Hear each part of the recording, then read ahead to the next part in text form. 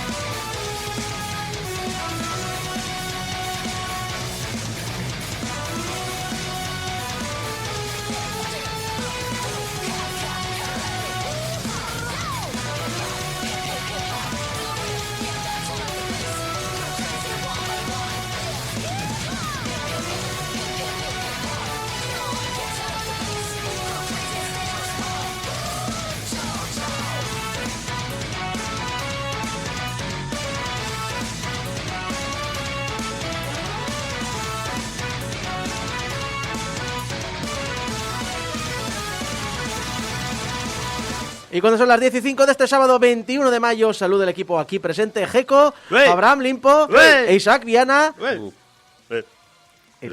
Al programa 748 de Game Over, el programa de los videojuegos de Radio Despí, que está preocupadísimo porque si este año no hay E3, ¿qué vamos a hacer en nuestra vida sin Devolver Direct? ¡No! ¡Devolver, por favor! Necesitamos que vuelvas. En el que os contamos las últimas noticias, analizamos Forza Horizon 5 para PC, Xbox One y Xbox Series. En Alguien tenía que hacerlo, Jeco nos hablará de juegos que le traumaron. Y terminaremos con la hora de las letras, donde Abraham nos hablará de la saga Destiny Crucible de Olan Sorensen. Ha salido muy señor cine, ¿eh? ¿Ha empezado ya la noticia? Sí, te sabe mucho señor cine, ¿eh? Podemos tener personajes. Oiga, que esto... Qué bueno si no tenemos el direct, nos devolverán el dinero, ¿no? ¿Pero cuándo empieza el octavo pasajero? Exacto, es un mundo aparte, es un mundo fantástico el que estamos viendo ahora mismo, porque esta saga de novelas, Destiny's Crucible, nos servirá para introducirnos en el género Isekai. ¿Qué diréis? Pero si hace años lo hablasteis en Comiqueando, sí, pero existe también en libros, en novela, en literatura. Pero antes vamos a seguir hablando de los estudios de Square Enix, porque si la semana pasada supimos que había vendido 3 estudios occidentales y más de 50 licencias, incluyendo Deus Ex y Tomb Raider entre ellas, y probablemente Gex también esté en ellas. ¿Gex? Gex. ¿Nuestro Gex? Gex. Espera. No mucho. No, bueno, lo que daba. Sí, trato de decir unos míseros 300 millones de dólares. Que no es poco, pero tenemos ya un nivel absurdo de dinero. Viniendo de hablar de Microsoft, Activision, Mira, estas movidas. No recuerdo las cifras exactamente, así que me las voy a inventar, pero las proporciones son más o menos parecidas. El otro día escuché a alguien decir, 200 millones por PayPal, 2.000 millones por Tesla y 44.000 por Twitter. Pues eso, la absurdez de estas cifras. Pues ahora sabemos a través del periodista Stephen Totilo de Axios que la desarrolladora japonesa está buscando invertir, comprar y formar nuevos estudios. Ahora que se ha deshecho de unos, dice, pues, quiero hacer otros. Que la gente está en plan de, no, ¿por qué lo que Square debería hacer? A ver, Square sabe más que tú. Aunque la cague, sabe más que tú. Eso va a empezar. Y que yo, y que todos. ¿Pero por qué está haciendo esto? Bueno, se ha salido pues de un informe de Square Enix, de estos que hace pues para inversores y demás, que el futuro a corto y medio plazo de la compañía es una reestructuración. Con ella quiere cultivar un abanico de propiedades intelectuales que sea un abanico robusto y que incluye también no solo las actuales que tiene, que quieras que no, Square sigue teniendo propiedades de peso, sino también futuras propiedades y sobre todo reestructurar y concentrar los recursos de la compañía. Los estudios o distribuidores internacionales estarán concentrados en una línea de decisión desde Tokio y sobre todo se hará inversión en nuevas tecnologías que la desarrolladora espera que redefinan el negocio global del sector durante la próxima década, centrados en cosas como el blockchain, en la inteligencia artificial y en la nube. ¡Línea! No, te ha faltado, espera, no te falta una, te falta una. NFTs, me falta NFTs, ¿verdad? No, te falta metaverso. Metaverso. ¡Bingo! Metaverso. Jabo Hotel. Jabo Hotel. ¿Aún habrá gente jugando a eso? No, lo cerraron hace años. ¿Sí? Pero sí que ¿Hicieron hay- un evento o Because algo? of Heights. Pero sí que hay un metaverso anterior a Jabo Hotel que sigue activo y funcional, que es Second Life. El Second Life de Linden Labs, sí, señor. De hecho, este sigue siendo el metaverso más funcional. Este, junto con el VRChat, Os recuerdo, por cierto, que hicimos el metaverso análisis. del furry. Hicimos análisis de Second Life. ¿Análisis? Hicimos Bueno, creo que hablarías en DIR, ¿no? Sí, pero hicimos un DIR sobre Second Life. Sí. La conclusión a la que llegamos es Second Life para la gente que no tiene First Life. Tengo una anécdota de Second Life, que son el preorigen de Second Life, para la sección de anécdotas del mundo del videojuego, por las que nadie me ha preguntado, pero que os voy a contar igual. Me he acordado de memoria por primera vez. Muy bien. Sí, sí. Y algún día os la contaré, es muy interesante. Lo dicho, Square Enix, sí, vende los estudios y además quiere invertir. Lo bueno, a mí sí que me ha gustado una cosa, y es que cuando ha hablado de blockchain, ha hablado de blockchain. No ha hablado de cosas prácticas, directas, no ha hablado de criptos, ni de play to earn, ni de NFTs. No ha dicho tecnología blockchain, que es la base sobre la que corren estas cosas. Que se puede ir a la mierda, no. Pero como mínimo me dice, no, queremos estudiar esto. Eso... O sea, le acerca más a lo de Konami, que os acordáis que lo he dicho muchas veces, que yo lo que le agradezco a Konami es que no me venda la moto, que la postura de Konami es postura de Konami, que es, Ujú. que pagáis dinero por un JPEG. La postura de Sí. Konami es esta. No suena. Se ha colgado. Se colgó. Es honesta. Se ha colgado esa postura de Konami. Exacto. Y que no te vendió la moto. Decía, que pagáis por JPEGs y vídeos, ya está.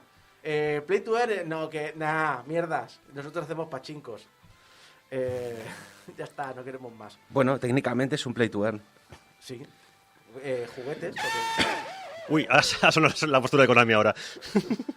Y ojito también a quién se está haciendo un hueco en el mercado del videojuego.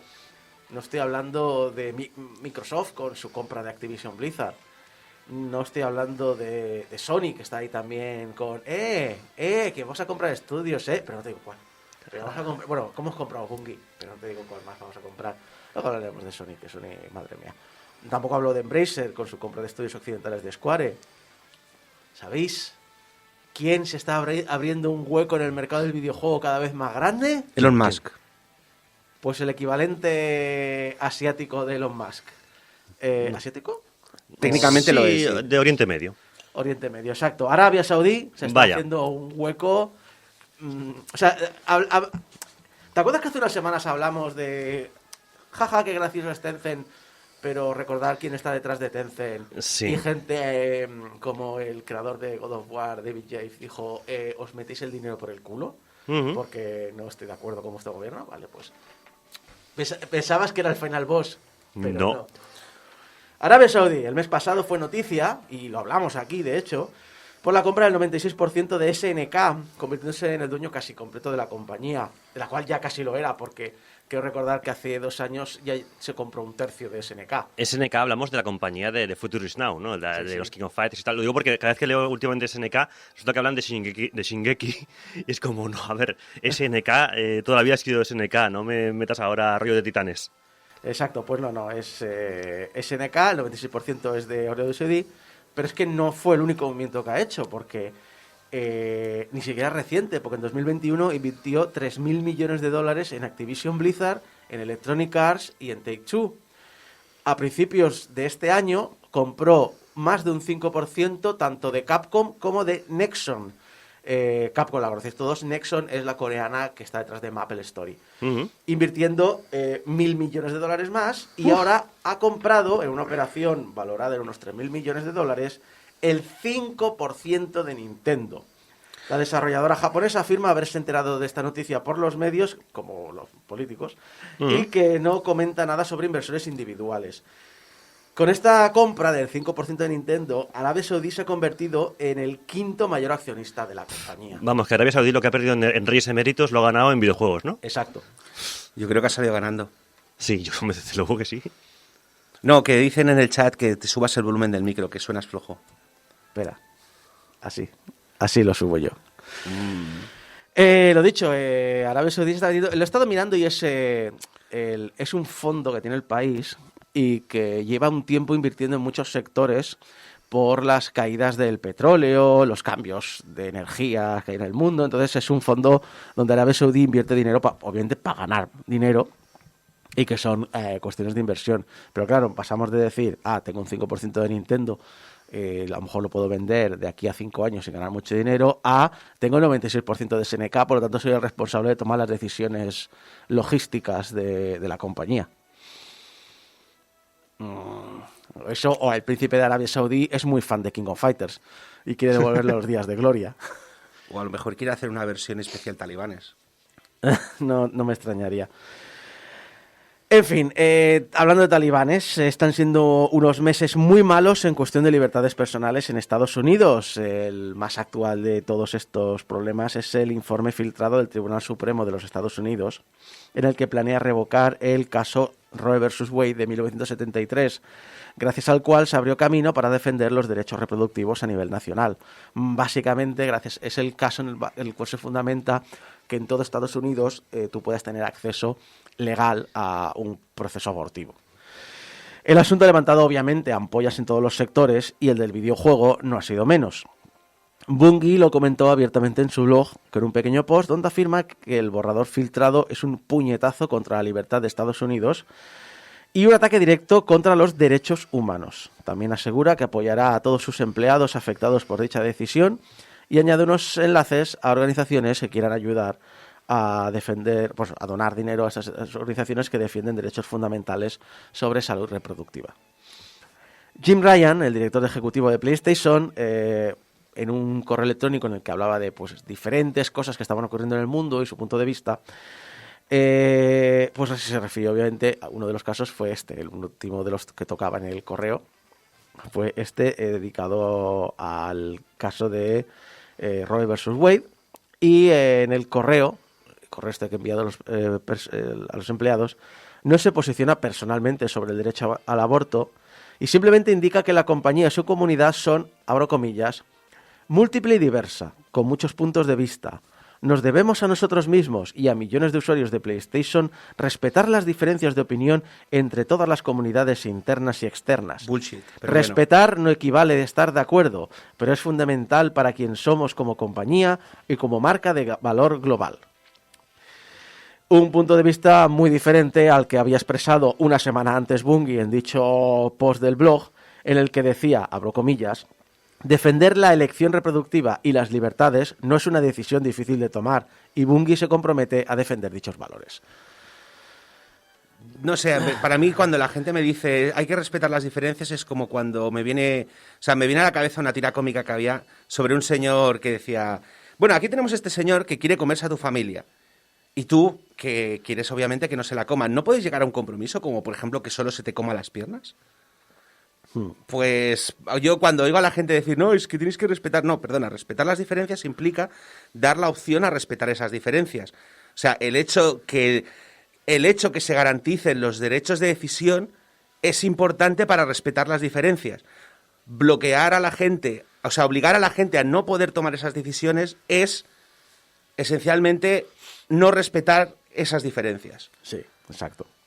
Y esta declaración, obviamente, al igual que ha provocado esta reacción en ti, esta declaración, o mejor dicho, esta no declaración de Jim Ryan se ha visto enturbiada por lo que a continuación iba en ese mismo correo. Porque esto muy probablemente, si se hubiese acabado ahí el correo, hubiésemos dicho a todo el mundo, esto es de mal gusto.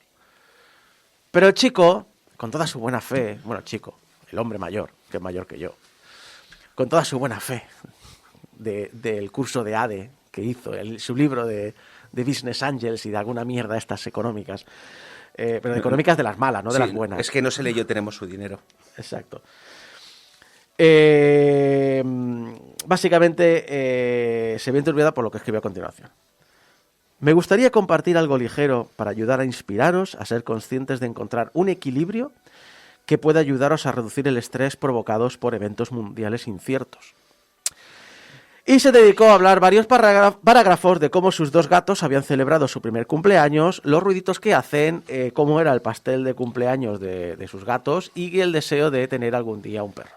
Ay, igual no era el mejor momento, Jim. Igual no era el mejor ejemplo, además. Exacto, además. Sí, igual el tacto lo tienes en el igual culo. no era bueno decir que te gustaría tener un perro porque saben cuál es su lugar en la vida. Sí, sí.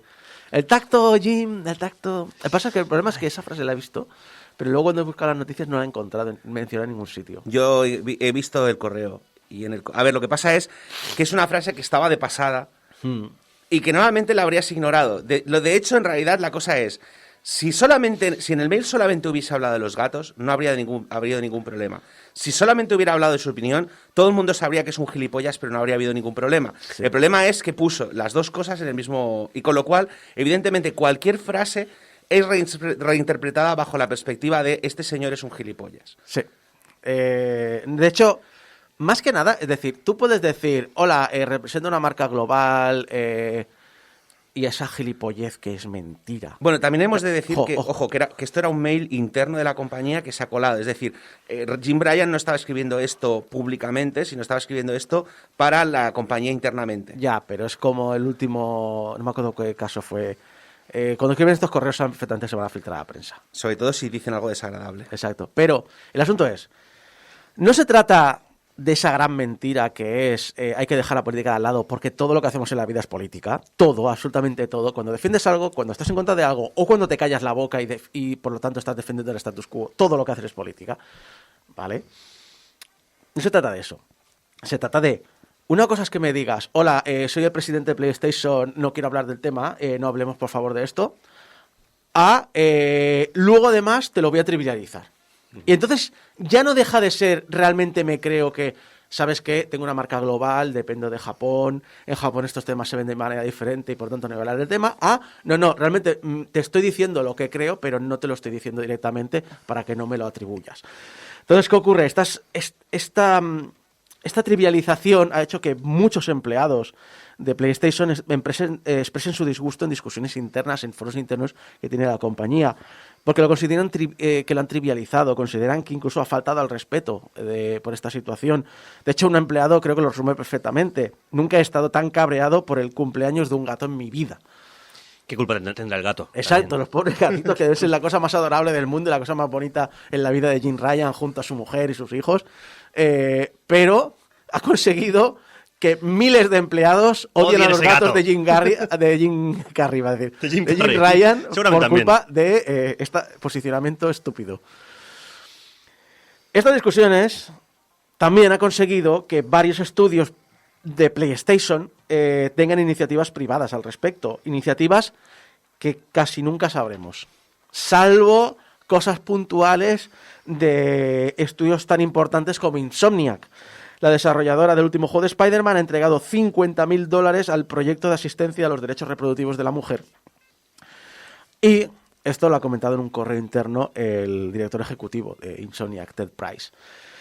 Aseguró que Sony va a igualar la donación tanto de Insomniac, estos $50.000, como también la que hagan todos los empleados individuales a través de la plataforma interna que tiene Sony, PlayStation Cares, que es una plataforma que, por lo que tengo entendido, los usuarios, esto pasa en muchas empresas grandes, tienen iniciativas en las cuales puedes donar parte de tu salario a ciertas ONGs o a ciertas sí. iniciativas y, al parecer, Sony va a equiparar, va a dar la misma cantidad que donen todos los empleados individuales a través de PlayStation Cares. Además, también dice que se va a dar asistencia económica a todo empleado que necesite viajar a otro estado para acceder a estos cuidados reproductivos. Pero... y esto es lo más importante de dicha misiva interna de Insomniac. Ni Sony ni ningún estudio PlayStation van a hacer nunca públicas estas declaraciones. Estas donaciones. Y ni declaraciones tampoco.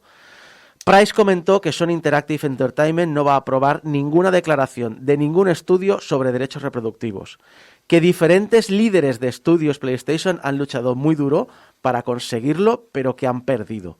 Peor aún, cuando Price fue preguntado qué ocurriría si Insomniac hiciera un comunicado público, este respondió, abro comillas, Habrá repercusiones materiales para nosotros como subsidiaria. Entre otras cosas, cualquier progreso que podamos hacer para ayudar a hacer un cambio dentro de Sony, de las políticas de Sony, será detenido de inmediato. Probablemente también se nos restringirá a hacer cualquier otro trabajo de cara al público en el futuro. Bungie, que como ya hemos dicho antes, siempre ha sido muy vocal cuando se refiere a temas sociales. Por ejemplo, también ha hablado sobre el tiroteo y ha dicho que cuando gestionas grandes comunidades de jugadores, que los videojuegos son para el bien y que tienen cierta responsabilidad, por lo tanto tienen que ser muy conscientes de qué tipo de entornos se generan en dichas comunidades y gestionarlos correctamente. Bueno, pues el CM, el Community Manager de Bungie, respondía a un usuario en Twitter que temía que Sony pusiera un bozal a Bungie después de toda esta polémica. Y el CM, a nivel personal, respondió: lo admito, al final soy tan solo un community manager, pero estoy seguro de lo siguiente: somos y seguiremos siendo Bungie. Nunca habrá un bozal lo suficientemente grande para detenernos a la hora de defender lo que es justo. Pete Parsons, director ejecutivo y fundador de Bungie, respondió con un escueto sí. Por cierto, las respuestas al tuit de este CM son de vergüenza ajena, de gente en plan de parece mentira que queráis perder a casi todos vuestros clientes, que basura, quitar la política de nuestro juego, bla, bla, bla. Bueno, O sea, el día a día normal de las redes sociales. Bueno, yo siempre digo, yo suelo responder este tipo de comentarios de la siguiente manera: habrás perdido un cliente, pero el número de personas que te siguen se ha mantenido. sí. Y eso de que habrá perdido un cliente, Eso. permíteme dudarlo. A mí estos boicots de internet, Chinabo. fantástico. No solo estos problemas se dan a nivel nacional, como os he dicho, del caso este, sino también a nivel estatal, porque recordemos que, por ejemplo, Texas, está el gobernador luchando para penalizar la transexualidad con políticas aberrantes, políticas que lo único que van a conseguir es el suicidio o la depresión de por vida de miles de jóvenes. Bueno, luchando para penalizar, no, es que ya se han aprobado las leyes. Sí. El problema es que ahora tienen que pasar por el Tribunal Constitucional y por el Tribunal Supremo. Pero la cosa es que hasta que el Tribunal Constitucional no se pronuncie, estas leyes en el estado de Texas creo que están activas, a menos que el Constitucional haga Sí. una injunción. Sí, una Pero por eso digo enmienda. que- O sea, pero por eso que- primero pero- funcionan y luego se enmiendan para echarlas atrás, digamos. Sí, Pero lo que pasa es que funciona. durante el periodo ese ya te tienen puteado. Exacto. Y, por ejemplo, ahora mismo en el estado de Texas los transexuales no tienen acceso a la medicación, no pueden acceder a terapia, pueden detener a los padres, Sí. multarles y quitarles a los hijos si su hijo es menor de edad. Sí, O sí, sea, no, sí, conozco las políticas. básicamente, o sea, lo siento. Hola, chicos, si yo fuera tejano, ahora mismo querría prenderle fuego a mi estado. Y muy probablemente Total, Texas, much- como siempre, a la vanguardia de los derechos personales. No, de no, no, todos. a ver, pero recordemos una cosa, muchas veces, o menos también la parte vocal, porque obviamente al final los dirigentes son dirigidos por el pueblo y si la mayoría del pueblo vota a esta gente, pues obviamente es un reflejo del pueblo, pero de la misma manera muchas veces los dirigentes no reflejan el carácter de muchos de sus ciudadanos. Sí, y recordemos que Texas es uno de los estados en el que el gerrymandering está más acentuado. Es decir, hay un gran porcentaje de republicanos rancios y caducos, pero también hay un problema de redistribución de los counties, de cómo o sea, los votos en Estados Unidos se distribuyen en counties y cada county contribuye, digamos, un voto a un representante. Entonces, la cosa es que si tú redistribuyes los counties para agrupar a las poblaciones de tal manera que los blancos estén sobrerepresentados, obviamente acaban saliendo más republicanos. Lo dicho, está En eso, fin. pero también tiene otra ley. Ha aprobado una ley por el cual se prohíbe el aborto pasadas tan solo 6 semanas de gestación. Y lo peor es que esta aprobación de ley va acompañada de un programa de cazarrecompensas que permite a cualquier residente denunciar a cualquier persona que ayude a otra a abortar. Y Cazar recordemos- Aunque solo sea simplemente por haberla llevado en coche a la clínica abortiva, Ujú. con denuncias que empiezan a partir de los $10.000. Es fantástico. Sí, Vamos.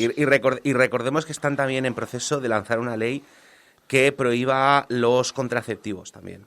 No podrás ponerte un DIU en Texas. Fantástico. Sí. Certain Affinity, que es una compañía tejana de videojuegos, que no sonará, pero está fundado por ex empleados de Bungie y de otras grandes compañías en 2006 y se dedica principalmente a hacer herramientas de terceros y sobre todo mapas multijugador para, por ejemplo, la saga Halo, la saga Call of Duty o la saga los nuevos Doom. tienen mapas de esta gente. Están en Texas y también están en Canadá. Pues se ha opuesto públicamente a estas políticas y ha dicho que si el estado o provincia canadiense en el que vives restringe el acceso a lo que la mayoría cree que son, la mayoría de expertos médicos lo consideran cuidados esenciales, y que esto hace que permanecer allí sea insostenible para ti y tu familia, cubriremos los costes razonables, documentados y aprobados para mudarte a otro estado o provincia más seguro allá donde operemos. Pues muy bien por ellos. Sí. Pues sí.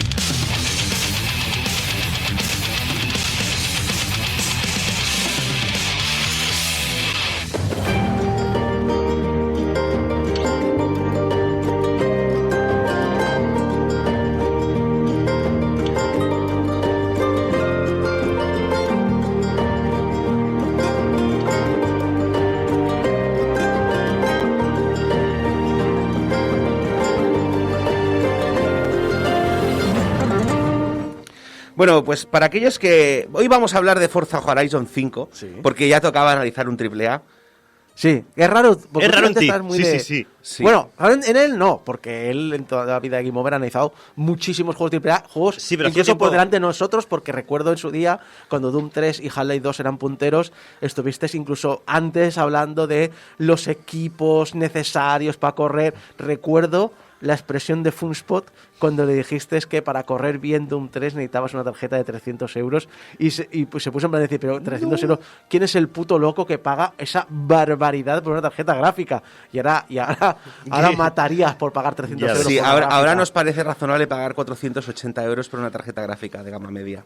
Exacto. O sea que sí, sí. Pero bueno, hoy vamos a hablar de Forza Horizon 5. Y es... Bueno, básicamente, supongo que la gran mayoría de vosotros sabrá lo que es. Pero por si acaso no lo supieseis, es un spin-off de la saga Forza Motorsports. Pero más orientado... Mientras que el Forza Motorsports es un juego más serio, más de simulación, más pues nada, supongo que sería la respuesta de Microsoft al Gran Turismo. Básicamente necesitaban es como una versión más mamarracha y rápida y Mamarracha. furiosa. Pero bueno, la premisa es que se monta un festival de carreras en un sitio y tú vas allá a hacer brum brum con tus cochazos. El juego se desarrolló para rellenar el hueco que dejó la adquisición por parte de Activision de Bizarre Creations, que nos trajo el Metropolis Street Racer para para Dreamcast. Ya me hubiera gustado. Iba a decir, me hubiese gustado verlo para Mega Drive, pero luego me ha acordado que para Mega Drive salió una edición bastante decente de Virtua Racing. Sí. No, para Dreamcast, perdón, para Dreamcast. Y sus secuelas Project Gotham Racing. Que yo recuerdo con mucho, mucho cariño estos juegos. Y cuando dejaron de producirlas, la verdad es que pasé mucho tiempo diciendo, necesito más Project Gotham en mi vida, pero no salió. Era un juegazo, ¿eh? El Project Gotham. Sí, a mí me jodió mucho que Activision decidiese cerrar Bizarre, no sé, ¿por qué patatas? O sea, porque vamos, no creo que fuera porque no diera dinero, sino para que lo compras, pero bueno, es igual. Lo bueno de que Activision cerrase ese estudio es que la gente que estaba en Bizarre se fue a crear un nuevo estudio, que fue Playground Games, que juntamente con gente de Codemasters, que nos trajo el Colin McRae Ruddy y otra gente de otros estudios que no conseguí. Y de la que hace poco también hablamos de ellos por la brecha salarial, Sí, que es una de las más grandes del Reino Unido. mierda. Bueno, es igual. No estoy diciendo que sean gente molona, estoy diciendo que hacen juegos de coches Molones. desde toda la vida. Y... Claro, Una cosa no quita la otra. Una cosa no quita la otra. Que sean grandes profesionales no quita que tengan problemas internos. Sí. Pero bueno, el juego no se aparta mucho de la idea original.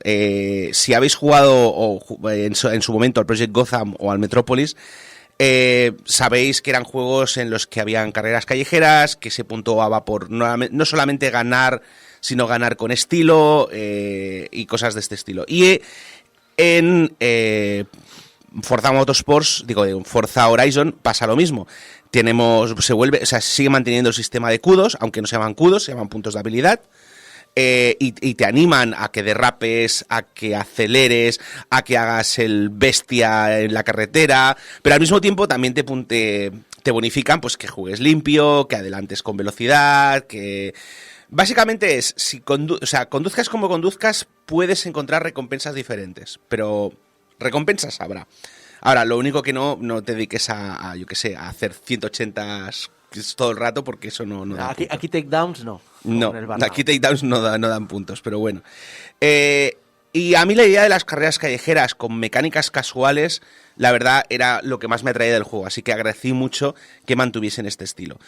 Por otro lado, perdemos la idea de las múltiples localizaciones. En Project Gotham, en la saga Gotham, habitualmente habían como varias ciudades que se trataban de representar más o menos realísticamente. Recuerdo que en uno de los Gotham estaba Barcelona representada. Y curiosamente, no sé si debieron hacer... o sea, los mapas no son realistas, pero claramente debieron estar un buen tiempo haciendo fotos a las tiendas. Perdón. Porque se ven claramente varias tiendas que... sí, que podías visitar al menos en aquel momento. Hoy en día probablemente serán kebabs, pero eso ya es otra cosa. Sí. No, yo recuerdo que creo que era el Project Gotham Racing 2 y creo que la mayor irrealidad que encontré fue en ese callejón no cabe ese coche y en el juego que me caben 2. Sí, básicamente. Pero es una licencia artística necesaria para este tipo de juegos. Sí, la idea de que sea un festival centralizado y en un mundo abierto implica que ya no tienes múltiples ciudades, en vez de eso tienes mapas enormes, ya desde el primer juego tienes mapas enormes con áreas completas, pero al mismo tiempo también añaden nuevas mecánicas, como por ejemplo al ser un festival hay carreras de demostración, y las carreras de demostración son como o sea, ya sé, voy a usar mucho la palabra mamarracho, pero es que lo siento, este juego es mamarracheo puro. Si lo sientes así... En el Forza Horizon 1, la primera carrera que haces es contra un Mustang P51. Un avión. Bien. Haces una carrera contra un avión. Eso es muy Top ¿Esa Gun, época ¿no? ¿de Top qué Gun, año no, es el Top- primero? Del 2008, ¿puede ser? Creo que era la época más puntera De Top Gear, ¿no? de las locuras de Top Gear. Porque en Top Sí, Gear sí, han sí. hecho drag races contra un jet y cosas así. Sí. Y en el Forza 5, que es el juego que analizaremos hoy, De hecho- en tu primera carrera te lanzas desde un jet. Sí, O sea, sí, no, de un avión, no un jet. Pero sí que recuerdo que uno de los Forzas, no sé si es un Horizon o no, la intro está narrada por Jeremy Clarkson, cuando aún estaba en Top Gear. bueno, en el Es Forza evidente, Horizon sí. 4 tienes toda una saga de misiones del Top Gear y puedes pilotar a Stig. Pues, Puedes llevar a Stig. Pero bueno. La inspiración es evidente. O sea, está Rápido y Furioso y luego está el mamarracheo que la gente pensaba que era de Fast and Furious, pero no, viene de Top Gear. El Sí. mamarracheo. Sí, es muy... En ciertos aspectos se parece mucho a las últimas temporadas que vi de Top Gear, las que hicieron en Amazon. La de Grand Tour. De Grand Tour. Sí. ¿Vale? Que era eso de, bueno, estamos aquí reunidos para... Y no sé, en cualquier caso, la quinta entrega de Forza Horizon... cada Forza Horizon es un escenario diferente. En el primero estábamos en California, luego nos fuimos a Italia, pasamos por Australia, llegamos a Inglaterra y en el quinto estamos en México. Y la verdad es que es un mapa muy, muy interesante. La orografía de México es muy variada, es un país que he tenido el privilegio de visitar y es un país que tiene de todo. Tiene montañas, tiene playas, tiene selvas, tiene desiertos, tiene, bueno, de todo. Y hay que reconocer que aunque el mapa no sea realista, ha sabido plasmar muy bien estos escenarios. De hecho, pasear por el mapa de la jungla con mi coche me lleva a flashbacks de mi viaje del 89, que nos quedamos atrapados por una lluvia torrencial en un hotel perdido de la mano de Dios porque se había derrumbado la carretera. Y durmiendo con las ventanas cerradas porque el dueño del hotel nos había dicho que no abriésemos las ventanas que entraban tarántulas. O sea que... De hecho, el nuevo mapa es precioso y de hecho han representado algunos detalles geográficos como la ciudad de Guanajuato, que es una ciudad universitaria muy bonita, con unas calles muy enrevesadas, e incluso tienes un volcán. Han copiado un volcán entero ahí en medio del mapa. Es interesante.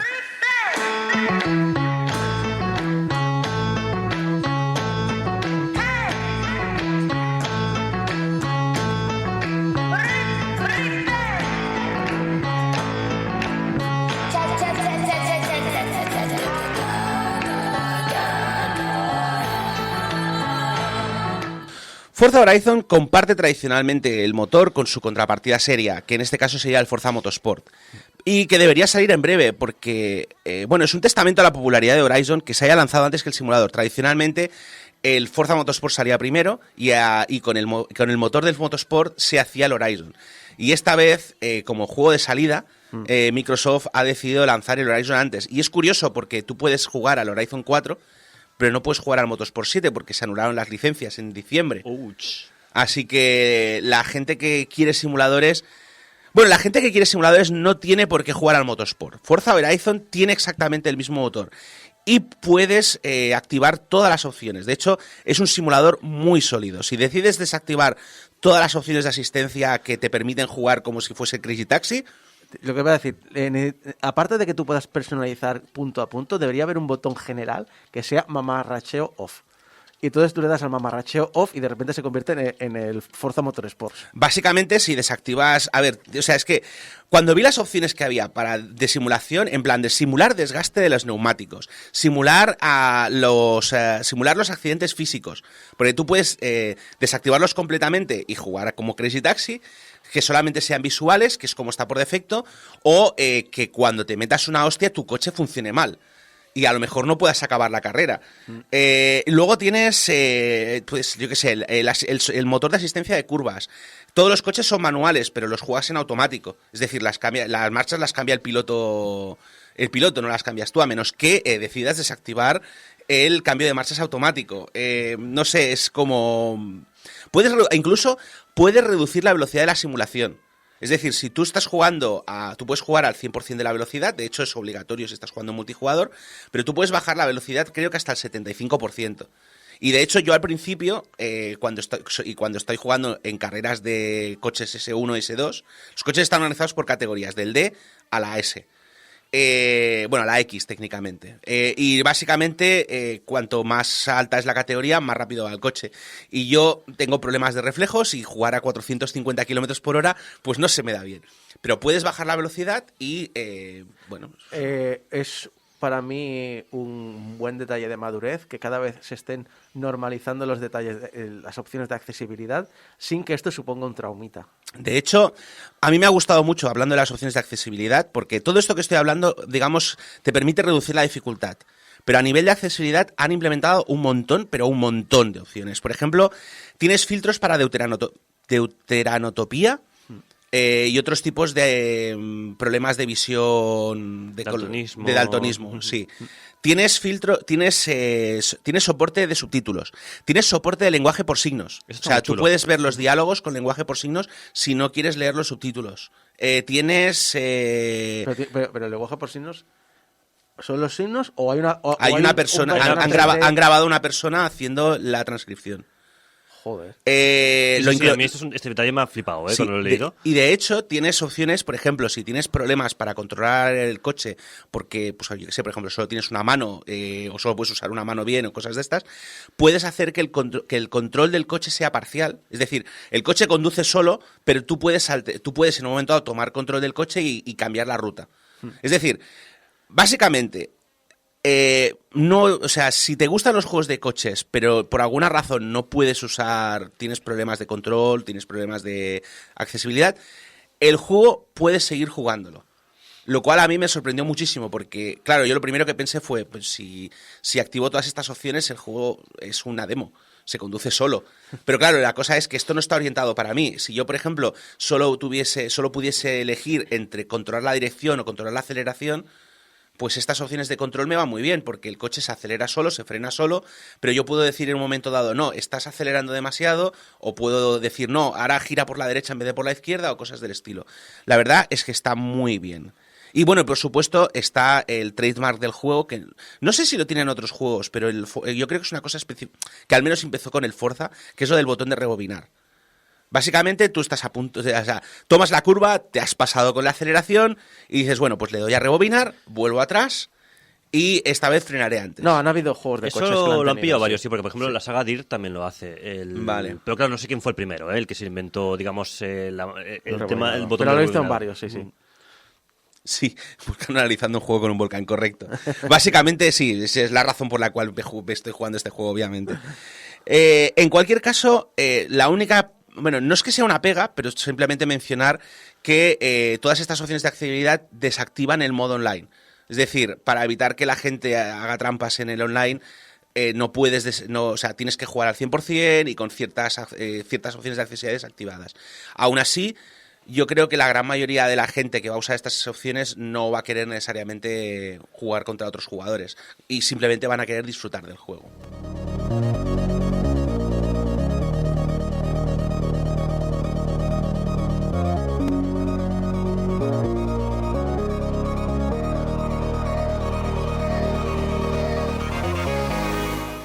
Hablemos del juego. Está dividido en 5 áreas, dedicadas a carreras de velocidad, competiciones callejeras, carreras campo a través, circuitos de tierra y maniobras destinadas a hacer ganar puntos haciendo el bruto.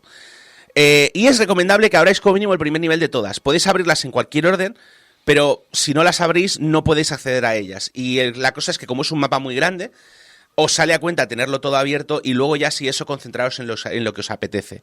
Porque si no os dais cuenta que desbloqueando X os habríais ahorrado dar una vuelta del copón la mitad de las veces. Y a mí me dolió un poco alguna vez.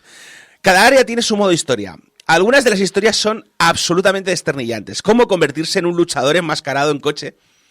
O, yo qué sé, hay una que tienes que encontrar misteriosas estatuas doradas antes de que se acabe el tiempo, basadas en un libro de una exploradora del siglo XIX, que la verdad es que esto me estaba acordando mucho de mi hermana, así que le gustan mucho las historias de Pulp, y la verdad es que se jugaba un poco como una historia de Pulp. Y luego, yo qué sé, tienes algunas como más tiernas, en plan de la mecánica que está restaurando el bocho, el escarabajo... el Volkswagen Beetle de su abuelo, sí. Y cosas del estilo. Los modos de historia son superfluos, pero al mismo tiempo son divertidos porque es una manera de tener algo de variedad en lo que son pruebas. Es decir, el juego en sí es un juego de carreras. Entonces los niveles normales son carreras. Y está bien, pero claro, la gracia del modo historia es que tienes que jugar con una serie de constreñimientos, en plan de no, porque tienes que... Por ejemplo, todas las de luchadores... muchas veces es de buscar el atajo secreto. Porque además juegas como el rudo, obviamente. Entonces, claro, el rudo no juega limpio, el rudo tiene que hacer trampas. Y claro, parte de las trampas es analizar el mapa buscando los atajos secretos que te han dejado para que puedas ganar al ¿cómo se dice? En la cara, el face, ¿cómo se dice? Pero en mexicano eran rudos contra técnicos, ¿no? Eso, pues para vencer al técnico tienes que hacer trampas. Y no sé, básicamente el resto de los modos es, pues ves con tu coche a hacer brum brum y gana. O sea que, a nivel personal, las carreras más emocionantes para mí son las callejeras. Primero porque se celebran de noche y es una de las pocas pruebas que se celebra de noche. Y la verdad es que el mapa cambia mucho. Y además hay más variedad de coches. En las carreras, en los otros tipos de carreras, estás un poco forzado, no necesariamente, pero estás un poco forzado a elegir un tipo de coche determinado. Mientras que en las carreras de velocidad, de callejeras, pues puedes jugar con cualquier cosa. Desde, yo qué sé, un Isetta del 55, un Forte, a esos cochazos de gama X y 5 millones de dólares. Pero personalmente lo que a mí me gustó más, y a ti también supongo, serían los Pierre Stands, que son básicamente como pequeños puzzles de, por ejemplo, ¿cómo puedo hacer que mi coche salte 500 metros despeñándose por este barranco? Sí, creo que alguna hice, sí. Pero bueno, y también tengo que reconocer que hay pocas cosas más divertidas que pillarte un coche de drifting. Mi coche favorito es el Unicorn. Y dedicarte a hacer el cafre por las carreteras, porque si algo este juego te dice, o sea, te deja, es hacer el cafre. De hecho, hay una carretera, pero me da igual. Cojo el coche, me tiro por el medio del campo a destruir cactus, a destruir árboles y además vas a ganar puntos, porque es lo que decíamos antes. O sea, el juego te recompensa hacer cosas. Y bueno, en fin, no sé, es como... Yo a veces he dejado a marcas de neumáticos que habrían hecho que la policía llamase al expediente X, porque lo que ha hecho aquí es imposible.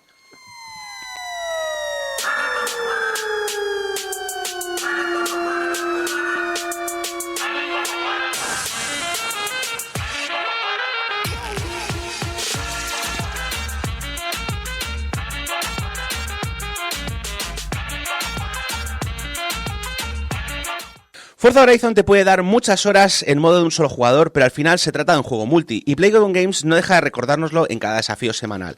Cada semana hay una estación y una serie de desafíos y pruebas con un tema común que cambia cada mes. En diciembre, por ejemplo, tuvimos Navidades y en febrero fue el Año Nuevo Chino. El problema para mí es que el primer mes podías hacer desafíos que no requerían multi y podías llevarte los premios, dejando los desafíos para la gente más motivada. Pero eso ha ido cambiando. Ahora mismo no puedes completar los objetivos semanales sin hacer 2 pruebas multijugador como mínimo. Y eso al final lo que genera es un montón de gente que tiene cero interés en estar en esas pruebas, pero que quiere completar las putas pruebas para llevarse el coche. Y en general eso quiere decir que la experiencia multijugador es bastante subpar, al menos para los casuales. Imagino que si tienes un corrillo de amigos que juegan regularmente, la experiencia es distinto. Y el juego ofrece varias herramientas para mantenerte en contacto con tus amigos, así que por ese lado bien. El otro problema que me he encontrado, y es un problema importante, son los bugs. Buscad Horizon 5 Weekly Challenge Bug o Weekly Challenge, había otra frase también, y básicamente veréis que incluso a día de hoy, después de 6 meses de juego, sigue habiendo gente con problemas. Yo, por ejemplo, esta semana he estado probando el juego para poder terminar el análisis y no podía completar el desafío de buscar el tesoro. Y es algo además que le pasa a todo el mundo. Y claro, el problema es que como solo tienes 4 o 5 días para hacer los desafíos, no les da tiempo a parchear el juego, con lo cual básicamente pues no puedes hacerlo. Y hay otras veces que buscando encuentras gente que dice, no, si corres con este coche particularmente y lo haces de esta manera, consigues saltarte el bug y que te lo den por válido a pesar de que lo que estés haciendo está mal. Y no sé, yo creo que eso a mí personalmente hace que la experiencia regular de juego a largo plazo no me resulte muy satisfactoria.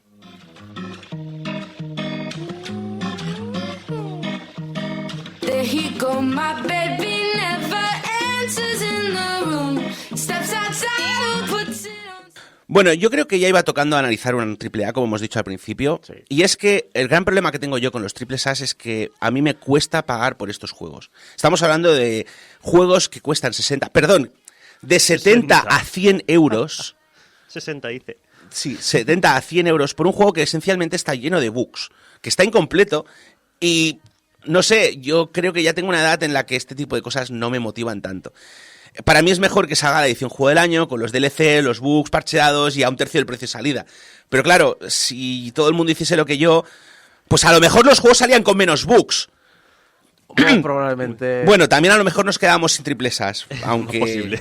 Más bien. Pero... Y el problema es que Forza Horizon no creo que pudiese existir de otra manera que como un AAA.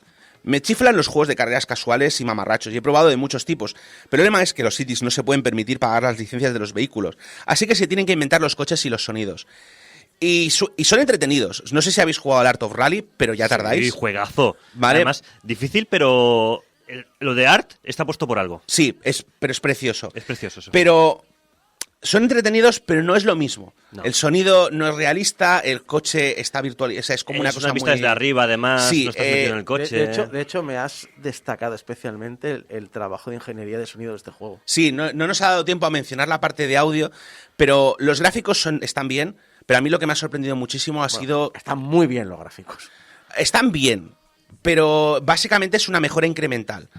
Pero a nivel de diseño de sonido, a mí me resulta un salto muy cualitativo respecto al Forza 4. El Forza 4 tenía muy buen sonido, pero pecaba un poco de genérico. Y en este se nota que se han dedicado a grabar muchos más sonidos de motores. Han creado un sistema posicional de audio que funciona muy bien.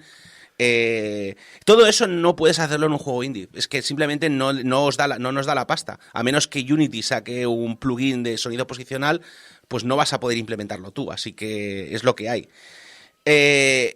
Y para un juego que vale 70 pavos o que podéis pillar de salida en el Xbox Game Pass, es decir, pagando la suscripción que casi todos nos estaremos pagando si tenemos un Xbox, son 40-50 horas recorriendo carreteras mexicanas, haciendo carreras con bochos tuneados, haciendo el cabra con tu unicornio de carreras. Con musicote. Con musicotes, con temasos, con radios, yo qué sé, Hay muchas cosas además que no hemos mencionado. O sea, puedes personalizar los coches, puedes crear tus propios circuitos, puedes hacer cosas... O sea, hay cosas tontas, como por ejemplo, puedes cambiarle el pronombre a tu personaje. Sí, es verdad. Recuerdo que tienes un personaje que además Además hay muchos nombres pregrabados que también te los dicen. Sí. Si coincide que tu nombre esté en esa lista. Yo, por ejemplo, tengo elegido el nick de Abraham.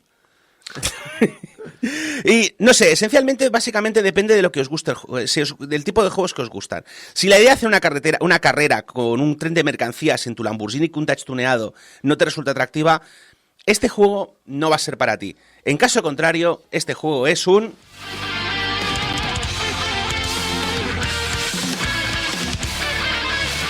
Imprescindible. Hola, soy Nacho Fernández y Game Over me pone. Pues a mí no.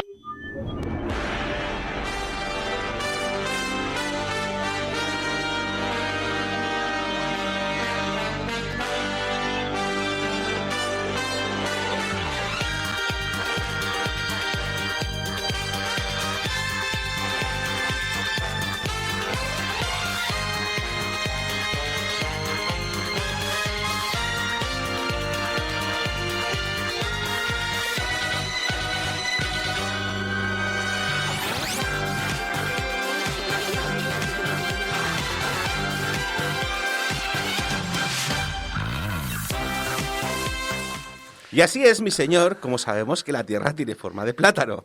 Muy interesante, Sir Belvedere. Explíqueme de nuevo cómo detectar un terremoto usando tan solo la vejiga de un carnero. Ciertamente, señor. Oh, un momento, ¿está encendida la luz? Sí. ¡Mierda! Tenemos sección, porque alguien tenía que hacerlo. ¡Ah! Me La interesaba más lo de la forma del plátano del planeta, si es posible, la puedes desarrollar. Exacto. El terraplatanismo. El terraplanismo va a llegar. Exacto. No, alguien tenía que hacerlo en la sección en la cual Gecko siempre nos trae juegos. ¿Qué alguien tenía que hacer? Alguien tiene que hacer esa sección. Salvo esta semana. Sí. Bueno, bienvenidos jugadores a la nave del misterio, a amantes de los videojuegos random. Bueno, esta sección dedicada a hablar de juegos de lo más bizarro, por lo general, lo que estamos diciendo, a juegos que alguien tiene que hacer, a esos juegos que simplemente, y porque de todo tiene que existir en la viña de Hideo Kojima, pues alguien tiene que hacerlos, efectivamente.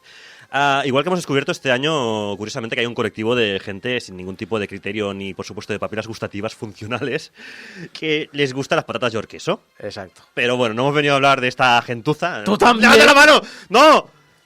Me encantan. ¿Qué Traidor. queréis? Que os den. Traidor.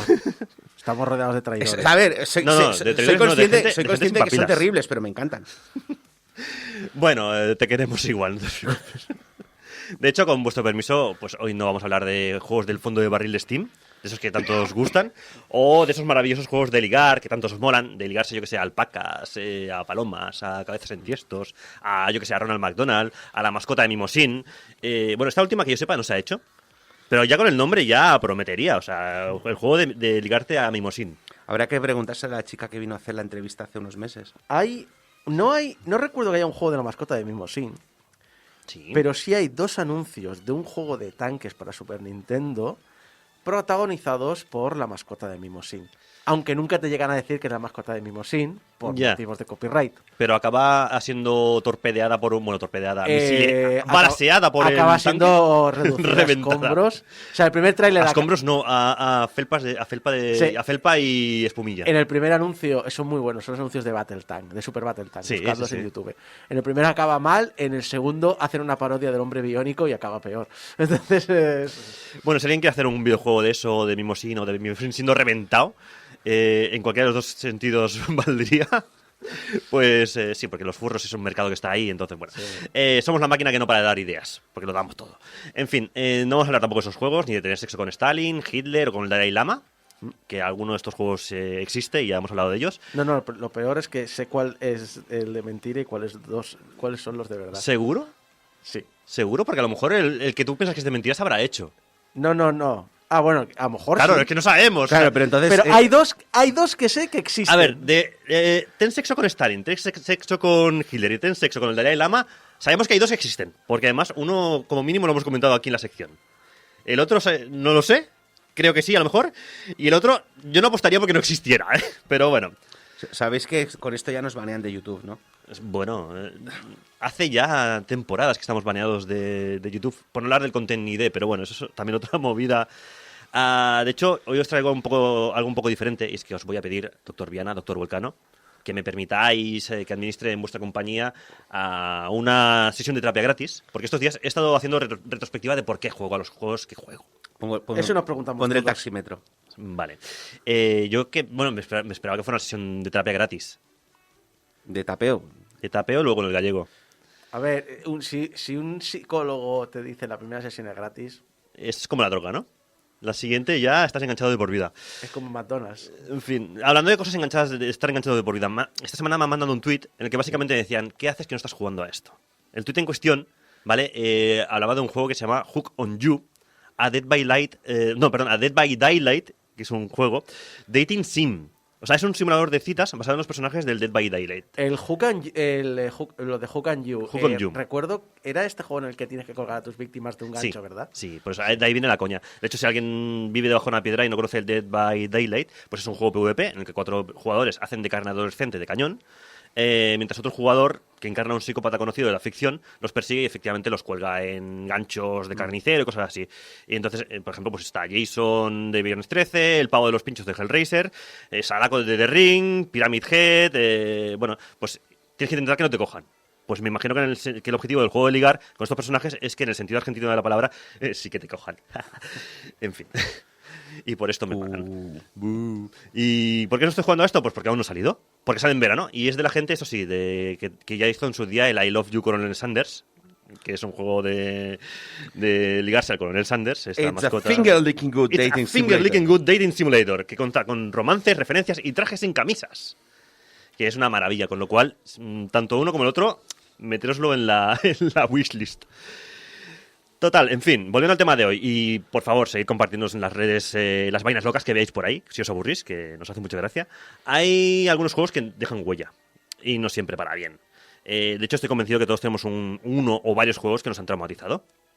Y han hecho que, bueno, pues que se nos vaya la pinza big time. No, yo no tengo juegos que me hayan traumatizado. ¿No tienes no ningún tengo juego que te haya ninguno, traumatizado? ningún juego. ¿Ninguno? A Ninguno, ver si ninguno. tenemos que hacer la sesión a ti de terapia, ¿eh? Y Saco seguro que sí, vamos. Sí. Teniendo en cuenta no- que le gusta no- el cine de Uwe Boll y de Nicolas Cage, bueno... Ya, pero es que Nicolas no me Cage, bueno. trauma. Te estás traumado de serie. Total, en mi caso tengo varios sospechosos habituales. Me he decantado por el más habitual de todos, porque sabes que este me ha traumado sí o sí.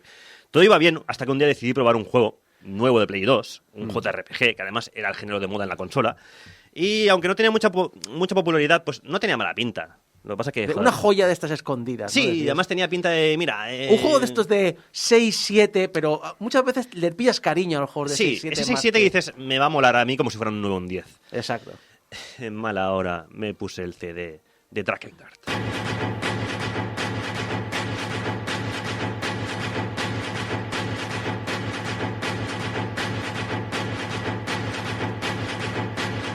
Crimson eyes, the sky, and birds. Quiero que seáis conscientes de que la banda sonora consiste en gente apuñalando instrumentos musicales. Yo iba a decir de que esto creo que yo lo escuchaba en la central, en el Corral del Ruido. En Escoria, contra el Corral del Ruido. Esta banda sonora va acorde con el juego. O sea, el juego es crispante. ¿Vale? ¿Cómo apuñalar instrumentos musicales? Entonces, la banda sonora consiste en... Que además la banda sonora está interpretada por la Orquesta Sinfónica de Tokio.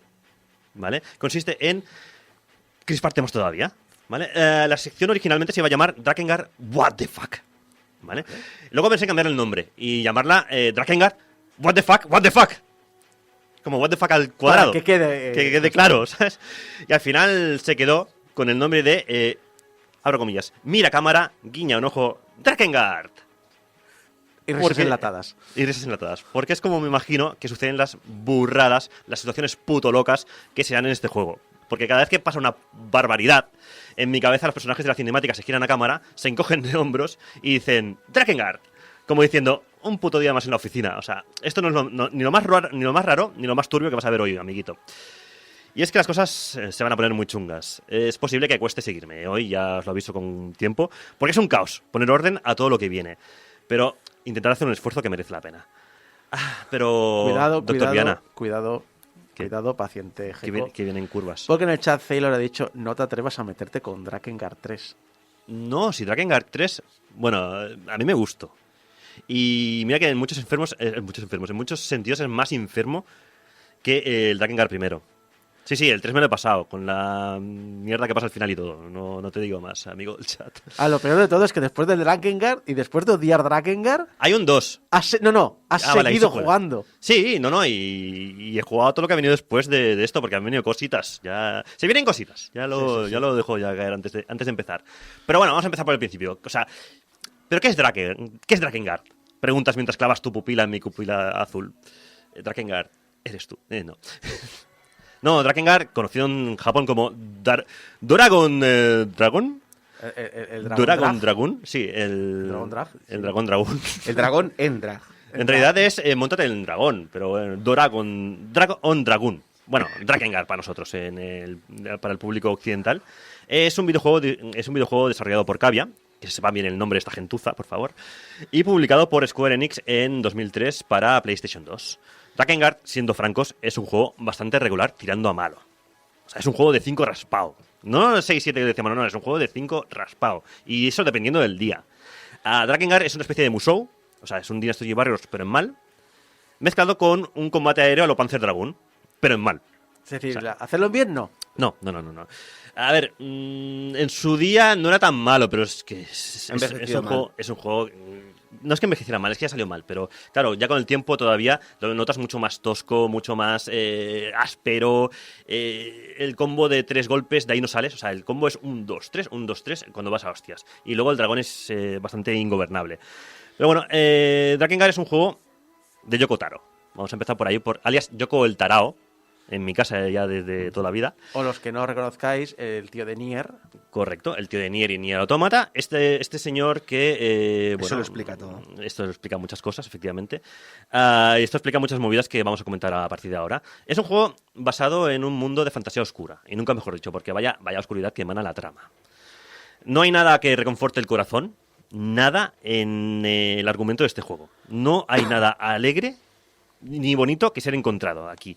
Nada. Empezando por el protagonista. El protagonista es un sociópata llamado Caim, con M, embarcado en una guerra en la cual el tío disfruta masacrando soldados inocentes como si no hubiera un mañana, mientras se enfrenta y asesina todo lo asesinable del malvado imperio que amenaza con conquistar su tierra. Digamos que Caim, pese a ser el protagonista, te lo pone muy difícil para empatizar con él. Vamos que no. Que quede claro, si busquéis diversión, o sea, yo creo que ya ha quedado claro, pero si... Juego para divertirme. Juego para divertirte, no es tu juego. Huye. O sea, corre. Corre como un viento, perdigón. No es divertido. Entonces, ¿qué tiene de especial? Y porque si buscáis por ahí por internet, hay mucha gente flipadísima con este juego y con la saga en general. Ya hemos visto en el chat, ya han salido gente, defensores, no del 1, del 3, cuidado. Sí, no, dice, por suerte solo juego al Drakengard 3, pero he oído historias del 1. Historias para no dormir, que es lo que os traigo hoy con este puto trauma que llevo encima. De hecho, yo os voy a contar el juego entero para que no tengáis que jugarlo. Por ejemplo, hay gente a la que le gustan las patatas york queso. Es correcto. Pero curiosamente no lo relaciono. Mira, no sé por qué. Esto más bien es como comer patatas con sabor a mierda y que te gusten. Bueno, york queso, bueno, es igual. ya hemos estado en ese charco antes. Vamos a salir de él. En este proyecto, pues aterriza nuestro querido y zumbado Yoko Taro. Antes de ser esa persona que relacionamos con ese ser que aparece en todo acto público con la máscara de esta especie como de luna, con la tirita en la cabeza, que es un personaje de la saga Nier, efectivamente. Si no conocéis a Yoko Taro, pues seguro que como mínimo el gif de él haciendo el imbécil en un sofá con la máscara puesta lo habéis visto, porque es un gif muy recurrente. Y sucede en Drakengard, entre otras cosas, que veremos todo lo que Taro después ha ofrecido como marca de la casa habitual. Es decir, por ejemplo, que tengamos que darle varias vueltas al juego para entenderlo del todo en unas finales llamados rutas. Y os puedo asegurar que aquí no es tan fácil desbloquear las rutas como en posteriores juegos de Yoko Taro. Además, los finales van de malo a horrible, a me quiero tirar de un puente, hasta llegar al final, que el final de horrible que es, o de loco que es, algunos piensan que es una genialidad y otros que es un troleo máximo. Yo opino que los dos conceptos no son excluyentes, que perfectamente pueden ser las dos cosas. Total, ¿qué sucede en Drakengard también? Pues que hay muchas situaciones de dejarte con el culo torcido. Yo qué sé, por ejemplo, hadas que te explotan en la cara. Pues eso, te giras la cámara y dices, Drakengard. Han aparecido unos huevos mágicos gigantes, Drakengard. En esta fase tu objetivo es masacrar solamente a niños y niñas, soldado. Drakengard. Star Wars, digo, Drakengard. Apocalipsis nuclear con clones malignos. Has dejado al niño del grupo con el personaje que hace poco se unió al plantel y has descubierto tarde que era un pedófilo. Uy, Drakengard. Bueno, cosas que pasan, ¿no? La historia de Drakengard comienza cuando el Imperio asedia el castillo de la diosa Furiae. que por cierto, la diosa Furia es la hermana del protagonista, y por cierto, incestan mogollón, como dirían en Destripando la Historia, porque que no falten filias y cosas raras en este juego. Que te piensas tú que Juego de Tronos ha inventado algo. No, aquí se incesta mucho también. La alianza, pues eso, lo defiende a duras penas y, bueno, en el prólogo Caim es gravemente herido, a pesar de que en el prólogo revientas a 200.000 soldados como si nada cuando lo controlas. Y, bueno, debido a que la batalla está perdida, pues Caim se ve obligado a hacer un pacto con una dragona roja que estaba capturada en el patio del castillo y lista para ser ejecutada. Entonces, hay una cosa muy chula en este universo, sí que es verdad, que hay una magia muy poderosa llamada pactos, que une los corazones de dos seres y los hace, mucho más poderosos y ganan unas habilidades a cambio de un sacrificio personal importante. En este caso, Caim pierde la capacidad de hablar. Que dices, podría ser peor, porque hay otro en el juego que su sacrificio es el de quedarse calvo para siempre. O sea, están al nivel, ¿eh? Están al nivel. Tenía melenaza, tío. A ver. Lo cual, bueno, pues también te digo que se quede sin habla es un alivio porque recordemos que Caim es un hijo de puta con todas las letras. ¿Vale? Entonces que se calle está bien. Y además es una manera inteligente de meter ahí ¿cómo se llama? Los protagonistas silenciosos. Bueno, pues habla la dragona por él, en realidad. Tan silencioso no es. Pero bueno, el tema está también de que, bueno, pues otro dragón mató a los padres de Caim hace años y este lleva también el tema, pues el trauma regular también. Entonces le fastidia verse obligado a compartir vínculo con un dragón y, bueno, a partir de aquí, pues como decimos, se vienen todas las movidas del juego y las cositas. Viene una serie de misiones, hay una serie de... hay una campaña de lucha de la Alianza contra el Imperio, que además es que no tiene ni nombre, o no lo recuerdo, es la Alianza contra el Imperio, tal cual. Lo que comienza siendo una serie de misiones cada vez más cafres, comentados por la dragona o por cualquier secundario que suelen soltar comentarios horrorizados por la capacidad de Caim para encadenar miles de asesinatos sin pestañear, porque es una manera también de justificar un musou, decir, este tío es un psicópata y mata cientos de personas sin despeinarse, ¿sabes? Pero bueno, a pesar de todo esto, pues de que, no sé, llega cada vez misiones más cafres, lo que os decía, por ejemplo, antes, llega un momento que la línea se vuelve tan difusa que hay momentos casi cómicos, como esa misión en la que de repente nos hacen frente decenas de niños soldados y a pesar de que los secundarios vamos con unos monjes que nos piden clemencia por ellos e incluso la dragona no quiere matarlos ni hacerle frentes, el protagonista le encanta, porque claro, el juego te obliga a matarlos a todos, porque Drakengard. Porque Drakengard. ¿Matar niños? Drakengard. Y si pensáis que lo de estar chotado es cosa del protagonista, pues esperad a ir conociendo a los secundarios. Se nos van uniendo a la caravana a otros individuos que también han pactado con criaturas mágicas. Por ejemplo, está Leonard, que es un hombre de carácter amable, atormentado por la reciente muerte de sus hermanos, que pierde la vista al vincular su alma con la de un hada. Una hada bastante hija de puta, por cierto. Puedes perder la vista o puedes quedarte calvo. Sí, pues no, este hombre directamente pierde la vista. Pues bueno, mira, está al nivel. Está al nivel. Luego está Ariok. Ariok es una elfa enloquecida tras la muerte, el asesinato de su marido y sus hijos, que se queda estéril tras pactar con unos espíritus de agua o de fuego o agua. Exacto. Una vez más. Puedes quedarte infértil para toda la vida y no poder calvo. tener más progenie a pesar de haber perdido tu familia, Sí. o quedarte calvo. Y por último tenemos a Sere, que es un niño huérfano sin posibilidad de envejecer, debido al pacto con un golem que se ofreció a hacerse cargo de él. Es decir, su pacto, digamos, que le impide envejecer. Sí, inmortalidad. Inmortalidad. Que todos Sí, sabemos sí. las historias de inmortalidad O que quedarse suelen calvo. acabar mal, o quedarse calvo. Exacto. Cosas que descubres luego cuando haces las submisiones, que bueno, que resulta que uno de los personajes que acabo de nombrar es pedófilo y la otra una caníbal que además le encanta la carne de niño. ¿Qué bien se lo va a pasar en este grupo Sere, eh? Drakengard. Pero bueno, para ir acabando... Ahora y entiendo nada por qué te mejor. trauma este juego. Bueno, es que me voy a quedar tan en la superficie que no os hacéis ni idea. De hecho, voy a ir directamente a contaros los finales del juego.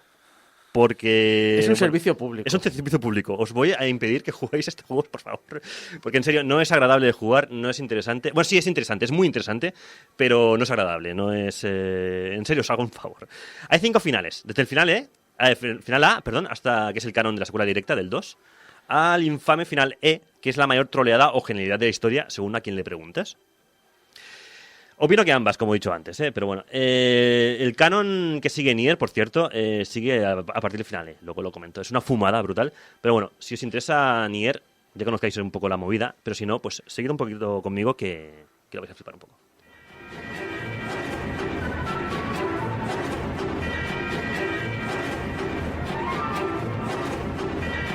Minutos. Dejar ya de matar al del saxofón, al del piano. Es que esta música da ganas de matar, ¿eh?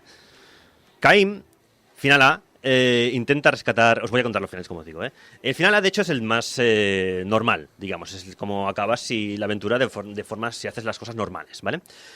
Caim intenta rescatar a Furiae en una fortaleza aérea, pero es demasiado tarde. Ya ha sido ejecutada y el apocalipsis se desata mediante la aparición de unas misteriosas semillas de llamadas semillas de la resurrección, que son unos orbes que caen sobre el mundo destruyendo todo, que los invocan los custodios, que son unos seres de otra dimensión, que son un poco los malos de la historia.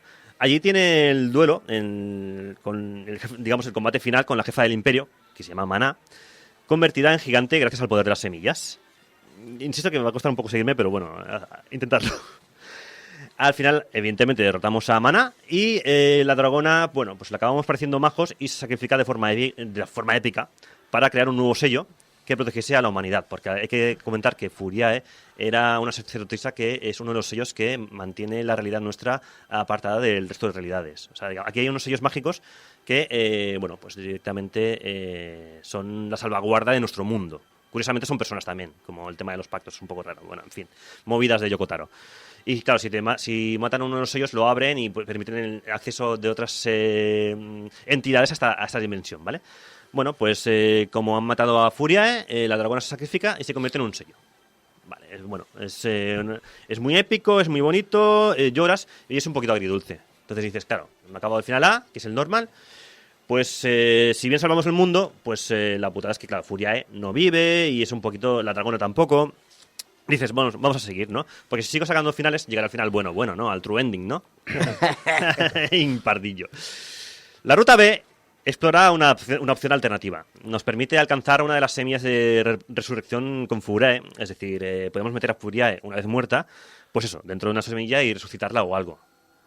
También te digo, no parece muy buena idea cuando esta semilla engendra cosas monstruosas. Entonces, tras meterla en su interior, el proceso de resurrección se completaba con éxito, pero el resultado efectivamente era un engendro, un monstruo, basado en Furiae, que nada más salir ejecutaba a Inuart, que por cierto es el amigo de la infancia de ambos, está enamoradísimo de ella, es un pagafantas y no lo he mencionado antes en los secundarios, pero también es un imbécil de cojones. Menudo imbécil es, en serio.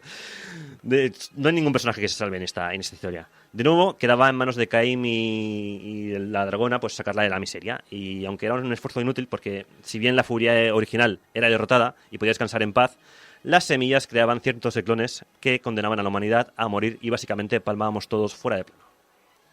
Drakengard. Dices, final B, no salvamos a nadie, ni el mundo, ni a Furiae. Dices, pero eso, yo qué sé, pues probaremos con el final C. Total, que puede salir peor, ¿no? Gracias a un chivatazo de Leonard, pues podemos acceder algo antes a la fortaleza donde estaba retenida Furiae, por lo que esta vez Caim encontraba a su hermana todavía con vida, antes de toda la movida apocalíptica. Dices, bien. Mana, lejos de molestarse, pues aprovecha para leer los pensamientos de Furiae, porque puede leer los pensamientos y tiene poderes, y vocear públicamente la atracción que siente por Caim. Ya sabéis que estos incestan más que unos dioses griegos. Pues, bueno, resulta que Furiae, avergonzada por la relación y por su fracaso también como supuesta divinidad, coge una daga y se clava en el pecho. Y se suicida. Mientras tanto se revela, porque son así de trágicos, mientras tanto se revela que los dragones han vuelto, en forma de chapa no, han vuelto a liarla y vienen lanzando una ofensiva total contra los humanos. El pacto entre Caim y la dragona se rompe y tienen que pelear entre ellos en un duelo a muerte. Y a estas alturas, pues ninguno de los dos quería acabar con el otro, así que, bueno, pues... Caim derrota a la dragona, pero luego se tiene que ir a luchar contra el resto de dragones, que son 100.000. Entonces es como el otro final, solo que en vez de con dragones asesinos, en vez de con clones dimensionales. ¡Yuhu! Drakengard. Todo el mundo muere. Cada vez peor. Final D. El final D se pone exquisito porque hay que sacarse todas las secundarias directamente. Y son unas cuantas, ¿eh? Y aquí directamente conseguimos matar a Maná antes de toda la movida. Pero claro, al matar a Maná resulta que hemos, lejos de solucionar el problema, pues se desencadena el apocalipsis y podemos ver por fin a los famosos custodios que dicen, si han matado a nuestra representante en esta tierra, vamos a mandar directamente, nos mandamos a nosotros.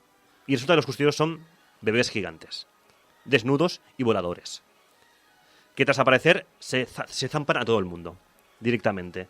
Entonces queda una aberración, que es la progenitora de los bebés, que nuestro plan es intentar ir volar donde se encuentra, dejar caer a Sere, que recordemos es el niño que congela el tiempo, bueno, que tiene el tiempo congelado en sí mismo, para que se, digamos, autoinmole y paralizar en el tiempo al boss final. Total, que mueren Caim, muere el dragón y el muchacho consigue saltar a tiempo, y parar a tiempo pues al enemigo, pero se quedan todos en un letargo eterno con la criatura. Drakengard, ¿qué os parece? Fantástico. Pues nos queda el final E, que el final E es una variación del D, que requiere conseguir las 65 armas disponibles, que es una de las tareas más frustrantes de la historia del videojuego, porque muchas armas te las dan aleatoriamente, haciendo objetivos imposibles de cumplir y que no te explican en ningún momento. Y esto nos da el acceso al capítulo 13 llamado Verdad, donde, ¿Qué capítulo? decidimos el 13. Agárrame la que... decidían dejar a Sere atrás para directamente hacer un 1 contra 1 sin camiseta, con la aberración directamente, sin utilizar la opción esa de pararla en el tiempo. Resulta que nada más llegar allí, la aberración nos transporta o se abre un portal a otro mundo, y este otro mundo, nada más abrir, pone Tokio. Es nuestro Tokio. Dice, la morada de los dioses, dice la dragona, nada más cruzar el portal. Y allí entre los rascacielos pues tiene lugar la batalla final, donde esta vez es en duelo de ritmo musical. O sea, no hay ni magia ni luchas, directamente es un minijuego musical. Y conseguimos derrotarla, lo que es un minijuego musical muy chungo, y celebramos la victoria. ¡Ay, que no! Que también morimos instantes antes, después de ser aniquilados por misiles de los cazas de combate del ejército japonés o de quien sea. Nos tiran unos misilazos y nos matan. Drakengard. Y este es el final, por cierto, que enlaza directamente con Nier. Fantástico.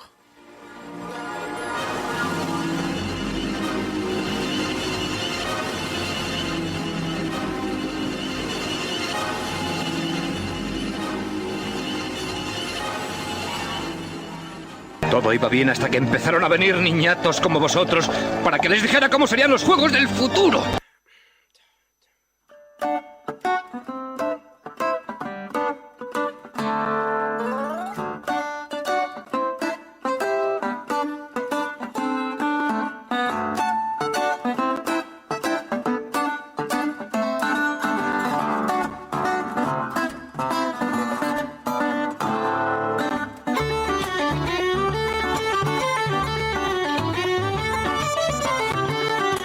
Es la hora de las letras. ¡Qué bonito! La hora de las letras. Ya estábamos esperando. Hola, soy el profesor Handiford. ¿Qué le pasa? Le vengo a ayudar hoy en la crítica de las letras. Profesor Handiford, ¿cuándo va a hacer su conferencia en Oxford? La voy a hacer en Oxfordshire. ¿En Oxford? ¿En Cambridge no? Bueno, no, ¿por qué no? En Oxford hará lo que sea que está haciendo aquí el señor Cine. Pero en Radio Despí tenemos la hora de las letras, donde Volcano Abraham Limpo nos va a hablar pues de un género literario también muy especialito, muy Yokotaro, muy de vámonos a otro mundo porque because reasons. Vamos a hacer el final F ahora mismo. Vamos a hacer el final F. F en el chat. Que es el el que nos ha traído esta semana, ¿no?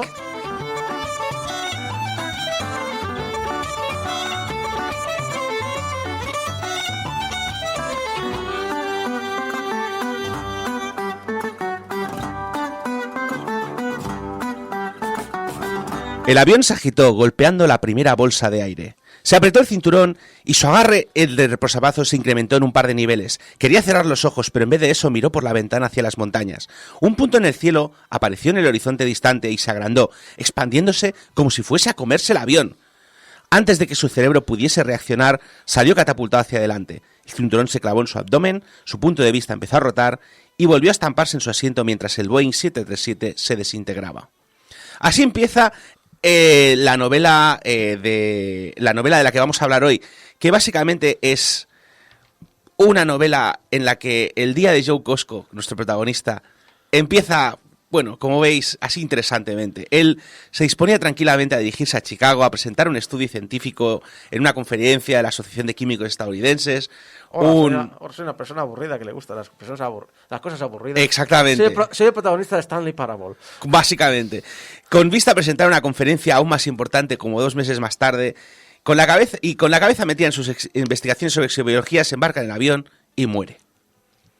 Fin de la historia. No, chicos, no. O al menos eso cree, porque cuando se despierta en una especie de quirófano automatizado que le anuncia que está en órbita extraterrestre, está en la órbita de la Tierra, que es una nave extraterrestre, y que lo ha podido salvar, pero no lo puede volver a la Tierra. Así que lo manda a un planeta diferente. ¿Por qué? Porque sí. Because of Porque reasons. puede. Y así empieza Cast Thunder and Alien Sun, la primera novela de la tetralogía del Crisol del Destino de Olan Thorensen, que es básicamente el género Isekai.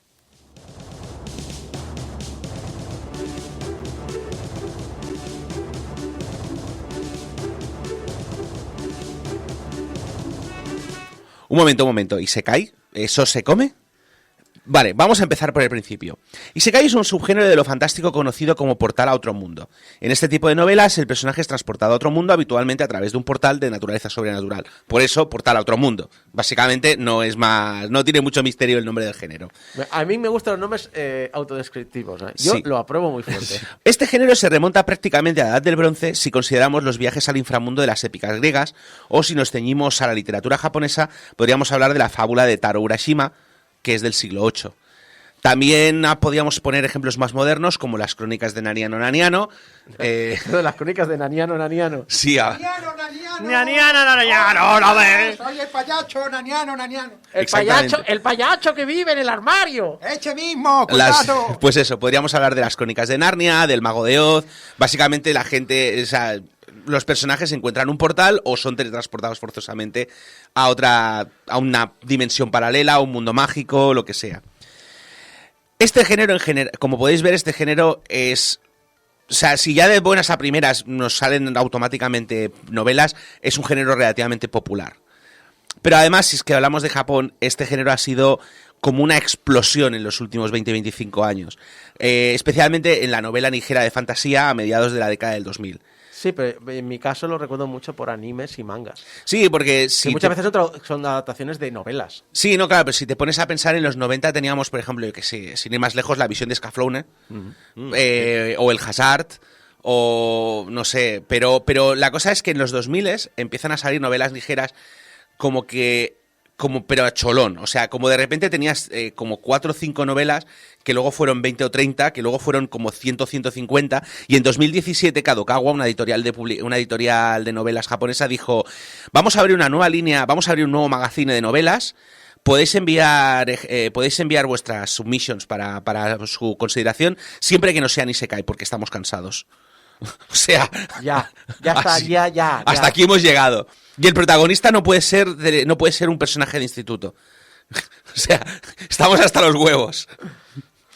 Pero antes que nada vamos a hacer una diferenciación entre la definición oficial del Isekai y lo que yo considero personalmente que es. Porque en el mercado japonés no hay una diferencia entre el género de Isekai y el portal. Entonces, claro, hay gente, por ejemplo, que dice que el viaje de Chihiro es Isekai, que Taro Urashima es Isekai, y claro, el problema es, dices, bueno, pero entonces todo es Isekai. O sea, si me voy al pueblo de mis padres y están anclados en el pasado porque no les llega la corriente, ni hay luz, ni agua, ni nada, también se cae porque es otro mundo. Casi. Entonces, vamos, para mí el éxito de ciertas novelas que codificó los tropos que han sido brutalmente copiados por los demás autores hasta el punto que ya no estamos hablando de cuando ya hablamos de las novelas modernas de Isekai, ya no hablamos de las novelas que usan esos tropos, sino las novelas que usan las subversiones, inversiones, parodias de construcciones de estos géneros. Pero es que hasta el punto de que estas novelas son tan populares que hasta las subversiones de los tropos son comunes. O sea, ya no estamos hablando de un caballo muerto, es un caballo muerto resucitado, vuelto a matar, vuelto a resucitar y vuelto a matar otra vez. O sea, te me estás diciendo que están los tópicos y las subversiones de los tópicos se han abusado tantos que se han convertido en tópicos en sí mismos. Correctísimo. Lo que pasa es que si tú diferencias entre atravesar un portal e ir a un mundo mágico o el desplazarte a otro lado, la descripción que me has hecho de la novela al principio, del crisol del destino, es un poco lo segundo, en el sentido de decir, te he sacado de la Tierra para llevarte a un planeta alienígena, pues entonces no has atravesado un portal, simplemente te he movido a otro sitio en el que no estás acostumbrado a la vida que hay aquí. Exacto, y es que para mí, de hecho, una de las cosas para mí que es como importante en un Isekai es que Leo, los protagonistas son forzadamente transportados a otro mundo.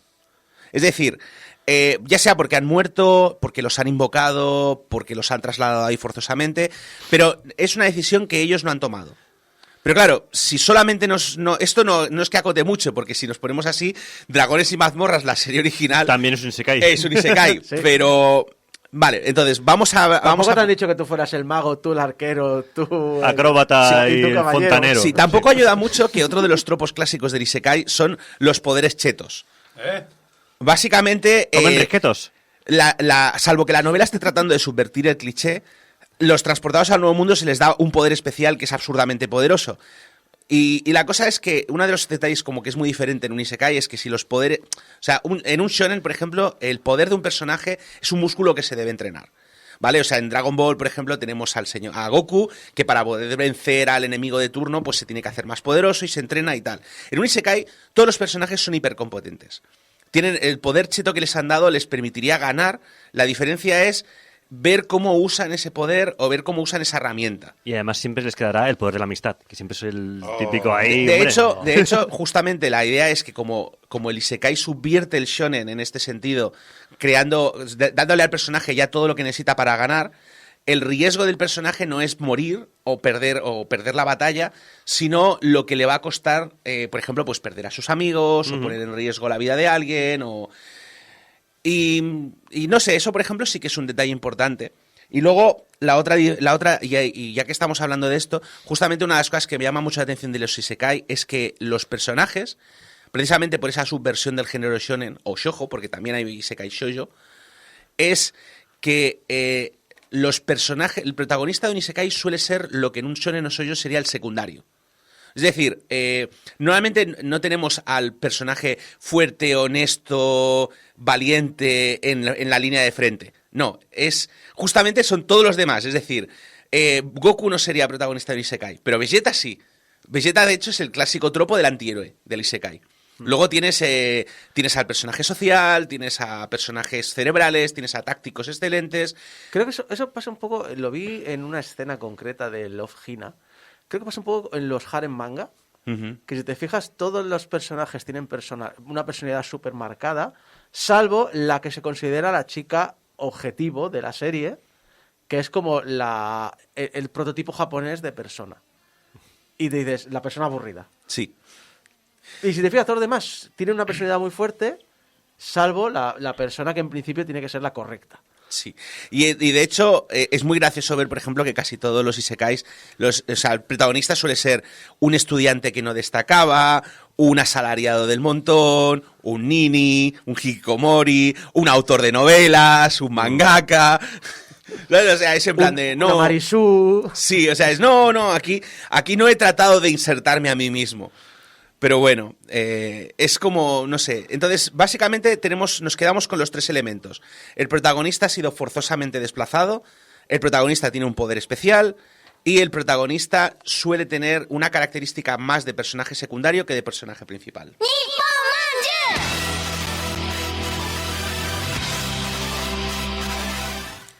¿Éter? Dijo Petros, pronunciando la palabra cuidadosamente. ¿Y para qué serviría este éter? Pues tiene varios usos, la mayoría de los cuales no puedo comprender o explicar. Recuerde que mi educación no llegó a completarse. Pero el uso que recuerdo es que si una persona inhala este gas unas pocas veces, entra en un profundo sueño y no se despierta hasta pasada como mínimo 1 hora. Petros no comprendía a dónde quería ir a parar Joseph. Puedo ver la utilidad si alguien tiene problemas para conciliar el sueño. Así que, bueno, sí, tiene sus usos. No, Petros, no es solo un sueño profundo. Quedan inconscientes y no reaccionan a nada durante este tiempo. Se usa en procedimientos quirúrgicos de la misma manera que las drogas o los golpes son usados por vuestros medicantes. Pasada 1 hora, la persona se despierta sin perjuicio, lo que no podemos decir del golpe a la cabeza. Petros se había detenido en el camino y se había girado a Joseph, su cara pálida al tiempo que consideraba lo que acababa de escuchar. Una mirada de perplejidad se desarrolló.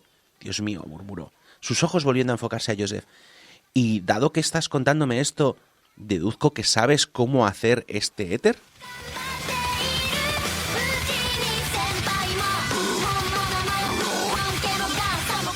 En el caso de ahora Joseph, su paso por la nave espacial le ha dotado de la capacidad de recordar su vida anterior con extremo detalle. Todos los libros, artículos, cualquier cosa que haya leído, la puede recordar con memoria fotográfica. Doctor Extraño. Sí, y dado que es un químico que proviene del siglo XX y ha sido transportado a un planeta con una tecnología similar a la del siglo XV, pues tiene 500 años de avances tecnológicos que explotar. ¿Seguro que se llama Joseph y no Merlin? Sí, más o menos. Durante los 4 libros este conocimiento le va a ser muy útil mientras pasa de ser ese desconocido que fue arrastrado por el mar un día a nuestras costas a el que probablemente sea nuestro amado líder en un futuro cercano. Aunque algo que tampoco es desconocido en sus contrapartidas japonesas, como tampoco es el harén, aunque Joseph es modesto y quiero recordar que solo acaba con 3 mujeres. Solo. Algo que para el protagonista medio de Isekai sería el final del primer arco argumental. Sí. Por cierto, que también es bastante común que los isekai ocurran en mundos donde hay estadísticas. Así que hay una clara mezcla de ideas entre este género y el Lit RPG del que hablamos hace 3 secciones. Sí, hablamos esta temporada. Sí, al principio de la temporada.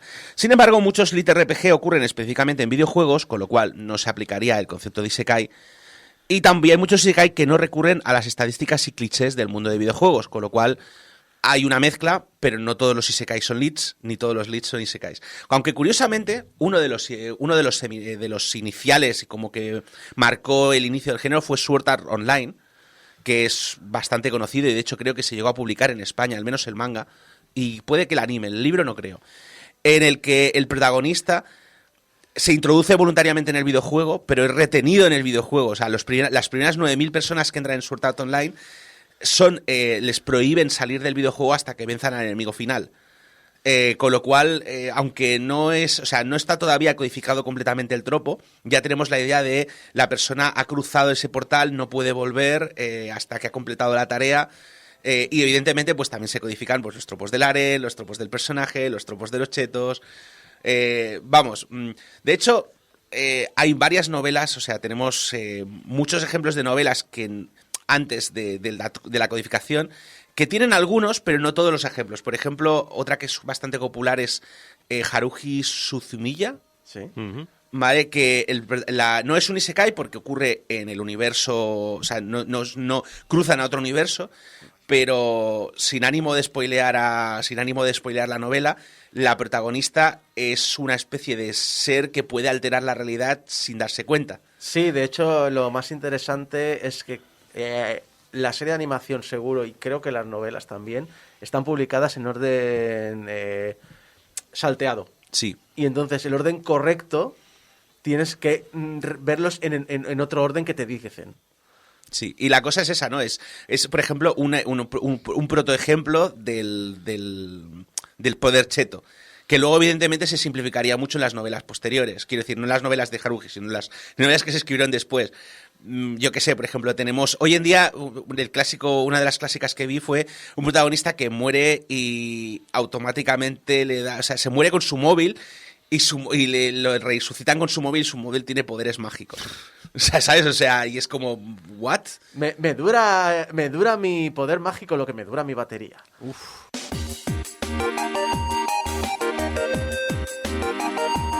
Vamos a pasar a recomendaciones. Antes de empezar voy a reconocer una cosa. He leído poca novela ligera. Casi todo lo que voy a recomendar ahora he leído la adaptación de manga. Pero son novelas ligeras. ¿Vale? Dicho esto, Mushoku Tensei, Encarnación sin trabajo. Un hikikomori japonés muere y es reencarnado en un universo alternativo. No sé si en la novela se desarrolla más, pero en el manga se olvidan bastante rápido de quién fue el personaje y se centran más en quién se convierte.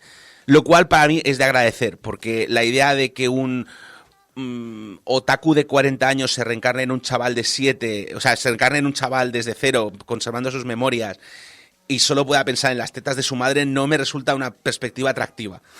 ¿Vale? La novela en sí básicamente trata sobre el ascenso y caída, bueno, la vida de Rudeus Greyrat. Es bastante interesante porque al ser relativamente antigua, es un ejemplo de la consecución de estos tropos que estábamos comentando de manera estricta. Es decir, sigue... no tiene poderes chetos, pero sí que es como un mago muy poderoso, sí que es una reencarnación forzada, sí que es... Entonces, lo interesante de esta novela no es tanto que sea una grandísima novela como que es un ejemplo prototípico, por decirlo de alguna manera. Sí, de hecho, casi que puedes decir que es como una especie de ir al más allá o algo parecido. Sí. No lo veo, o no se parece tanto a un portal en el sentido que entendemos hoy día, de lo que es un isekai. Por otro lado, la siguiente recomendación es justo lo opuesto. El Konosubarashi Sekai ni Shukufuku, también conocido como Konosuba, lo cual no me sorprende porque el nombre completo es como un poco trabalenguas, es todo lo contrario de anterior. Fue creada para parodiar el género. O sea, y la única razón por la cual presenta un tropo es para presentarlo estrictamente como es durante 5 minutos y acto seguido subvertirlo de la manera más salvaje posible. Por ejemplo, un tropo muy típico de los protagonistas de los Isekai es fui atropellado por un camión, hasta el punto de que el tropo se llama Camión-kun, o sea, el chico camión. En Yu Yu Hakusho también pasaba. ¿Vale? Pues en Konosuba, el protagonista muere atropellado por un camión y es reencarnado. No, espera. Nuestro protagonista muere de un paro cardíaco inducido por la idea de ser atropellado por un tractor que iba a 5 kilómetros por hora. ¡No! Vale, la diosa le ofrece reencarnarse en el mundo y entonces él, claro, dice, oh, perfecto, así tendré un poder cheto. Y dice, y puedes desear lo que quieras. ¿Puedo desear que me acompañes? Ir acompañado de una diosa será superpoderoso. Pues no, porque la tía es una completa inútil. En el momento que baja a la Tierra, pierde sus poderes. Así que, y como es una persona que está acostumbrada a usar sus poderes para todo, pues es como, sí, porque yo soy una diosa, mirad mi poder. Y no pasa nada. Qué pringados son, de verdad. Y sí, todos son pringados. No sé, es una... Además, básicamente es una comedia muy recomendable, dejando de lado... por otro lado, vamos a otra, que sería Rising of the Shield Hero. Esta es una deconstrucción ligeramente edgy de los tropos clásicos, que es una cosa que se ha dado bastante común ahora. Vale. Me han metido a mí bronca porque dices tropos en vez de, yo qué sé, tópicos, lo que sea. Pero acabas de decirme la frase. Es una reconstrucción ligeramente edgy de los tropos. Edgy. A ver, primero de todo, tropo es una palabra correcta. Yo no la suelo ver, pero bueno. Es una palabra correcta. Otra cosa es que la gente tenga un vocabulario limitado. ¡Hala! Vale, tópico es una cosa diferente. Igual que meme, existe la definición de internet, que es vídeos de gatitos, y luego está la definición oficial, que es una unidad de conocimiento transmisible. Bueno, pero te gusta la yorqueso y eso te invalida. Vale, entonces, tropo es básicamente un recurso literario específico. Sí, señor. Aquí lo dice la Chiquipedia. ¿La Chiquipedia? La Chiquipedia dice, figura retórica de pensamiento que consiste en el uso de una palabra con un sentido figurado. Pero ligeramente edgy. Ligeramente, ¿eh? Vale, edgy es la única cosa que no he sabido... Pero bueno, esencialmente, ¿os acordáis de cuando Marvel decidió en los 90 que tenía que hacer todos sus personajes oscuros y violentos? Ultimate. Pues esto le pasó... ¿Y eso dónde pasa? Esto le pasó a los Isekai durante los últimos, hace como 5 o 6 años. Decidieron que ya no podían seguir manteniendo los conceptos que estaban planteando de manera estricta, pues vamos a hacer un giro al oscuro. Porque es más realista. No necesariamente. Llega a los 90 a... No es necesariamente más realista porque simplemente el personaje está más Marvel? puteado. Con la extensión del Caballero Oscuro. Bueno, yo no estoy muy de los Aunque cómics. eso es DC, pero bueno. No estoy muy de los cómics, pero sí que recuerdo que he oído hablar mucho Y- de los cómics, que los 90 fue una época... Y más, Sí, con sí. Spawn y cosas de estas. Pero bueno. Oye, Pound. En fin, es igual, a lo que hablábamos. Rising of the Shield Hero, nuestro prota es invocado junto con otros héroes para salvar al mundo, pero el poder del escudo es considerado un augurio de mala suerte y lo tienen puteado durante el primer tercio de la novela. El prota es más macarra y cruel que la media a consecuencia de ello. O sea, me tratáis mal, pues me voy a comportar Pues sí, mal. trato mal al universo. Y finalmente, para la última recomendación es, todos los que he recomendado hasta ahora serían Isekai Shonen, dedicados al público masculino. Hoy vamos a comentar como mínimo un Isekai Shoujo. Hombre. Mi nueva vida como villana, todas las rutas acaban en mi perdición. Las rutas del Nier o... Sí, algo así. Originalmente concebido como una parodia del género, acabado haciendo escuela como pasa con estas cosas. La protagonista es una viciada a los juegos Otome, que son las aventuras Sí. gráficas estas de ligar... Básicamente es ligar, lo que pasa es que la protagonista es femenina y tiene que ligarse a, yo que sé, 8 o 10 maromos. Exactamente, y tienes 8 o 10 finales, O sea, cada uno ligando con un maromo. Los Otome suelen tener una villana que es como la antagonista de la protagonista. Ujú. O sea, sí, obviamente, si es la antagonista, es que suele ser la antagonista y suele acabar mal. Y claro, Sí, porque cuando es una tú te villana. reencarnas en la villana de la Otome, pues lo primero que piensas es, voy a acabar como esto va a acabar como el Rosario de la Aurora. En el caso de esta chica, se reencarna 7 años antes del inicio del juego. Así que decide convertirse en alguien que no acabe muerta. Lo que pasa es que la chica tiene muy buenos conocimientos de lo que era el juego, pero no es una persona muy brillante. Con lo que es en plan de, no, porque me exiliarán, así que, ¿qué tengo que hacer? Aprender a cultivar cosas, me voy a hacer payesa. ¿Ah? Y se va al Carrás. Y voy a tratar bien a mi hermano, porque mi hermano si no acabará matándome. O voy a tratar bien a la protagonista. Y lo que pasa es que como todo el rato está en el modo paranoia, no se da cuenta de que, claro, al convertirse en una persona que no tiene nada que ver con la protagonista original, todo el mundo acaba como medio enamorado de ella. Ese plan de, pero joder, si es que eres buena persona, ¿por qué tendríamos que matarte? Y la otra, no, porque esto va a acabar ocurriendo. Qué bonito. Aparte de ser un ejemplo clásico, es un juego es una novela muy recomendable y un manga también muy recomendable. Aparte de esto, a ver, hay muchos, pero muchos más de los que he mencionado. El género empieza a estar, como hemos dicho, como ya hemos mencionado, empieza a estar tan visto que no es que se considere lo que se produce derivativo, es que las variantes derivativas empiezan a parecer derivativas. Sigue siendo extremadamente popular y especialmente ahora que el resto de los países de la esfera oriental están empezando a hacer sus propias versiones, es un buen momento. Corea del Sur, por ejemplo, ha sabido adaptar muy bien el género a sus sensibilidades culturales y tiene ejemplos como La Dama y la Bestia o El punto de vista del lector omnisciente.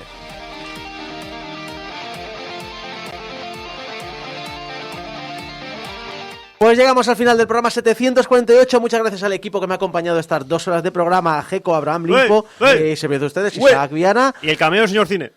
Pequeños comentarios que nos han hecho en las redes sociales. Javier López dice, programa 747 y ni mencionan a ningún Flight Simulator. Ya contestaste bien diciendo el tema de que propusimos poner 2 horas de turbinas de avión, sonido de MP3. Rodamontes dijo, juegazo el fuera. Yakuza. Yo creo que en eso estarás de acuerdo, Jeco. Hombre, Y pues sí. Noblis, cuando mencioné la semana pasada a Gex, dijo, Enter ¿Gex the Gex. qué? Y entonces sí, es un... Gex Enter the Gecko fue el segundo juego de la saga. Es cierto, sí. Nadie dice lo contrario, ¿eh? Y bueno, recordad que volvemos la semana que viene con el programa 749 de Game Over. Hasta entonces, adiós.